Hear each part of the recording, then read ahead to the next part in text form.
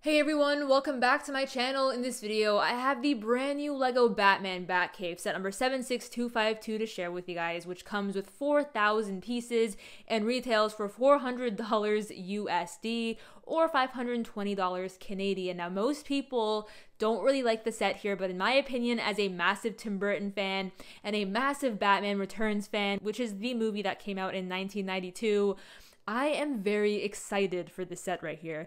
Now, honestly, the idea behind it was very innovative in my opinion, and I believe it's saving up a ton of space compared to getting a complete, fully detailed Batcave, which would have been nice, but kind of complicated and hard to display. This here doubles as a playset and a display model, which I believe is a perfect balance and the best of both worlds. So without further ado, let's hop right into the review and see what this set has to offer.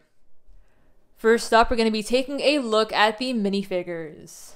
Right here we have a look at Max Shrek. He looks pretty decent. I mean, the face print there is reused, which is kind of annoying. The torso there really isn't that bad. The back printing is also not that bad. I mean, no alternate face printing. That's amazing. And of course, he has his top hat, so let's just swap that out and see how it looks. Now, honestly, you're supposed to take that stud out, which is so annoying.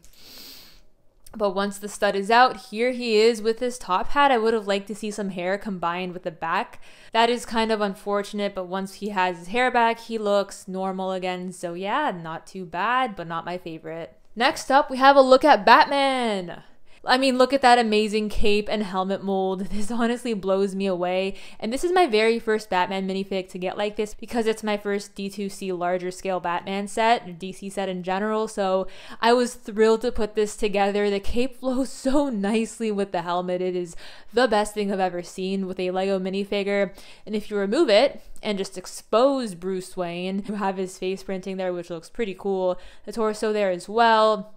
Back printing as well for the back, the shoulder blades, and the belt, which continues up to the front. No side printing, unfortunately, so that's a pretty sad thing. But yeah, you can always just swap out that side or just keep it like this, which is what I'll do for the time being. But you know, options are options. Next up, we have a look at Bruce Wayne. I mean, look at that face print. If we were to compare it against Batman's face print, which is, you know, the secret identity, well, what do we have here? The exact same face printing. I am so surprised. If I were to turn this around, oh my god, plot twist. I guess LEGO didn't bother remove the goggles from Bruce Wayne. They kind of wanted to spoil the surprise for us, and they did a pretty good job at that. If you ever forget who this guy is, just turn around the hairpiece and there you go. The torso is pretty nice. I like the vest. I like all the details underneath the shirt there. Pretty cool. Back printing has some light creases and that's about it. Moving on, we have my absolute favorite minifigure in this set, Catwoman herself. The printing here looks incredible. I'm so hyped to finally have her in my collection. The torso there looks awesome. I love the little stitches. The dimension of this minifigure is definitely up there and advanced, and I love the back printing. The head printing and head design is also incredible, and I also like how they've added for her little cat ear similar to Black Panther, so that's awesome. And she of course has her lasso, which is her weapon of choice. Moving on, we have yet again another Batman, and this is Batman's alternate suit there. You can really see the crease between his eyebrows just poking through the helmet. I mean, that's an extremely stressed out version of Batman. And Batman also has his little accessory here with his torso, his leg piece, and the shoulder blade printing once again. Now, I believe this torso is actually the exact same thing as this torso. So the only main difference here is the helmet. And yeah, that is literally the only difference in this case. Just the helmet. The helmet is really cool though, because as you can see here, the eyes are actually combined to the helmet and not printed at the back.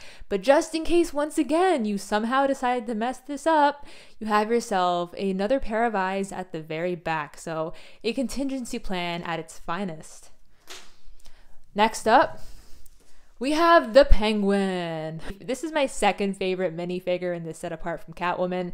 That top hat right there is making me super jealous. I mean, look at that. That top hat is incredible. It is actually taller than his entire body. or almost at least. Look at the face printing there. He looks like a very evil goblin. Again, I guess it's pretty unfortunate that the hats don't have hair combined to them, so it kind of takes away from the accuracy, but the torso there is immaculate. I love how the fur just continues up there in this 3D piece. It is also present on the torso. The creases there, also very cool, in the umbrella accessory with the fish. Very penguin-like, and very fitting for the movie as well.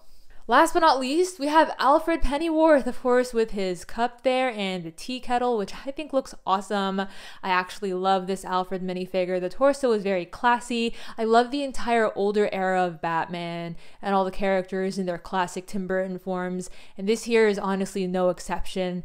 And of course, the detail is ever present. Yeah, that's about it for Alfred. Now that we have the minifigs out of the way, let's take a look at the set itself and explore all of the various playability features and display options. So right here, we're going to start off by trying to open up the shadow box, which is very, very large. I apologize for ruining the background. I had to put up the whiteboards and make everything sit on my table directly, so that's kind of sad. But regardless, it matches with the set, I guess, and we just have to open it up in full wingspan. It is super, super long, which is kind of annoying and kind of hard to fit fully on frame, but there we go, we did it. And then obviously we have the little Batman bat signal on that side, and on the other side we have the actual Batcave rooms and all the various things you can do, along with the center with the Batmobile right there.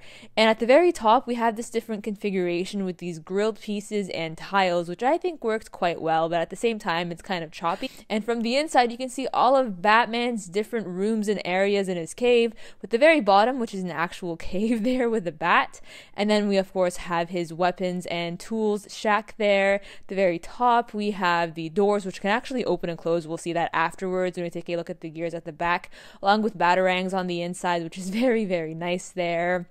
And of course a little balcony with the balcony rods and some steps connecting both modules together, featuring a drawbridge of sorts, which I think works quite well. And at the very top, some more rocks and stones.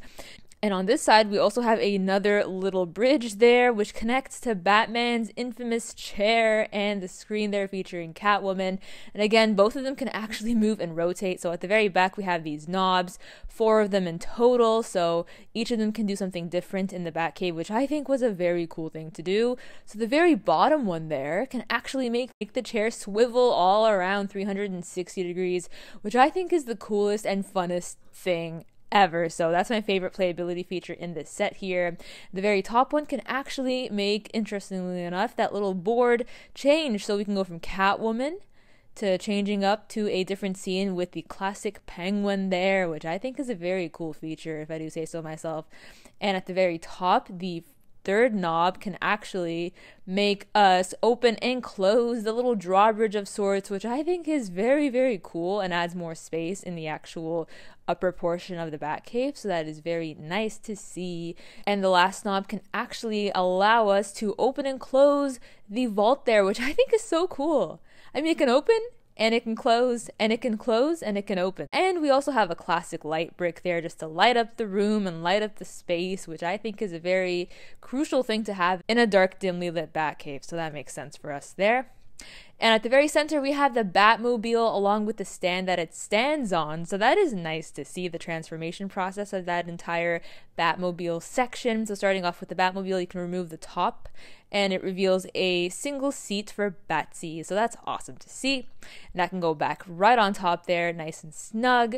And apart from the really cool shaping of the entire vehicle with the wheels and the sides of the car as well, we have this little knob. And this knob, interestingly enough, is a really cool play feature. It can make both slopes just fly off to reveal 2 really, really cool guns there, which I think is really nice to see, especially in Lego form. Lastly, there's a button there actually right on top of the vehicle, which allows us to open and close the back door, allowing for the car to make the great escape, which I think is really, really cool there. So if you press on that button, it goes down, and you have to manually just pull it up with your fingers, and then press on that button again, and it goes down once again. So that is nice to have there. Easy access for the Batmobile to both exit and enter the Batcave. And lastly, the bat symbol has been built using a variety of slopes. It kind of looks a little bit choppy, which isn't really the best, but you know, it looks like the bat symbol, and it is the bat symbol. And what does the bat symbol mean? it means Batman's around, and I guess it's efficient at this point. So there's that. In general, though, it's recognizable, and that's all that matters in my opinion. The entire shadow box can shrink and take up a total of 75% less space than it has before, so that is awesome in my opinion. The back looks a little bit choppy with the various shades of grays and the blacks and the yellows, but obviously it's supposed to be displayed front on, which is why the front looks really cool in my opinion. Well guys, that pretty much brings a wrap to the video. Let me know in the comments down below your thoughts on this set right here, and if you plan on purchasing it on release date, which should be June 8, 2023. And on that, I'll catch you guys in the next one. Bye for now.